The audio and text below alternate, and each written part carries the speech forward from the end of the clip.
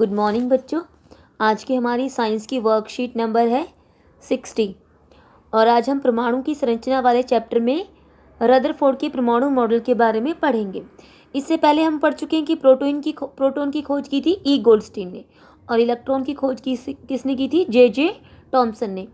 आज हम रदरफोर्ड के एक प्रयोग को पढ़ेंगे जिसमें उन्होंने 1000 परमाणु की मोटी परत जितनी सोने की परत को लेकर और उस पर अल्फा कणों की बौछार करवाई थी। अगर हम यहाँ देखें तो यहाँ पर ये 1000 परमाणुओं की बनी हुई सोने की परत है और उस पर अल्फा कणों की बौछार कराई गई। अल्फा कण वास्तव में क्या होते हैं? हीलियम के धनावेशित नाभिक होते हैं। हीलियम का परमाणु द्रव्यमान 4 होता है और उसका परमाणु क्रमांक होता है 2। इसका मतलब उसमें 2 प्रोटॉन होते हैं और 2 इलेक्ट्रॉन। जब उस पर से 2 इलेक्ट्रॉन ले ली जाते हैं तो ये हीलियम का धनावेशित नाभिक बन जाता है। तो अल्फा कण क्या होते हैं? हीलियम के धनावेशित नाभिक। तो उस पर धनावेश होता है। जब इन अल्फा कणों की बौछार सोने की परत पर कराई जाती है तो हम क्या देखते हैं? हम ये देखते हैं कि अधिकतर जो हैं अल्फा कण हैं वो पन्नी में से सीधे निकल जाते हैं और कुछ अल्फा कण कुछ कोणों पर से विक्षेपित हो जाते हैं और 12,000 में से केवल एक ऐसा अल्फा कण होता है जो परावर्तित होकर वापस आता है। अगर हम यहाँ इस चित्र में देखें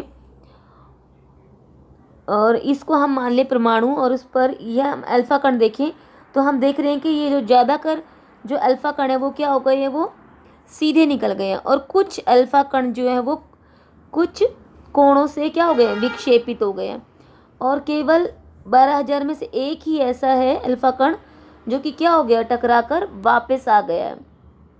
रदरफोर्ड के मॉडल के अनुसार क्या होगा फिर?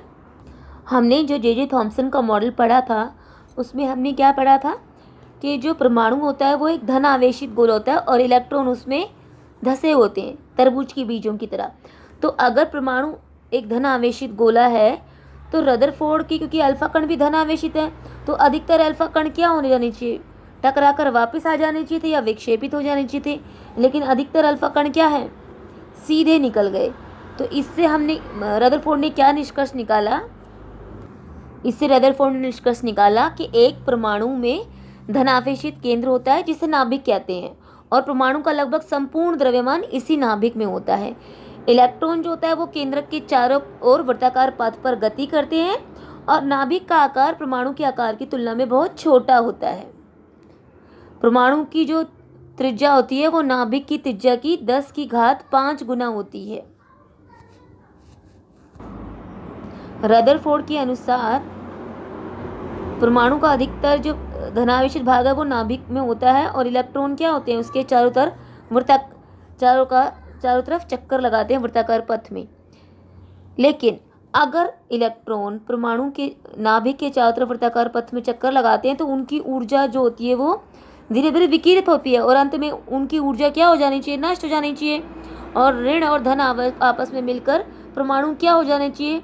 नष्ट हो जानी चाहिए। लेकिन वास्तव में ऐसा नहीं होता। इस प्रकार जो रदरफोर्ड है वो परमाणु की स्थिरता को साबित नहीं कर पाए।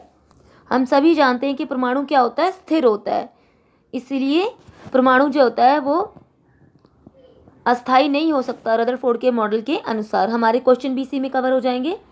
रदरफोर्ड ने अल्फा कण प्रकीर्णन के प्रयोग में किस धातु का इस्तेमाल किया था? सोने की धातु का। रदरफोर्ड के द्वारा किए गए प्रयोग के क्या परिणाम थे? ये आ गए हैं आपके सारे। इस मॉडल के अनुसार परमाणु के नाभिक में और वर्तुल मार्ग में कौन से अपरमाणु कण है? नाभिक में प्रोटॉन और वर्तुल मार्ग में इलेक्ट्रॉन।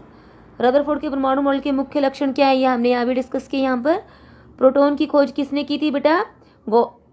ई गोल्डस्टीन ने। और अल्फा कण किसे कहते हैं? अल्फा कण हीलियम के धनावेशित नाभिक होते हैं। आज हम इतना ही करेंगे बच्चों।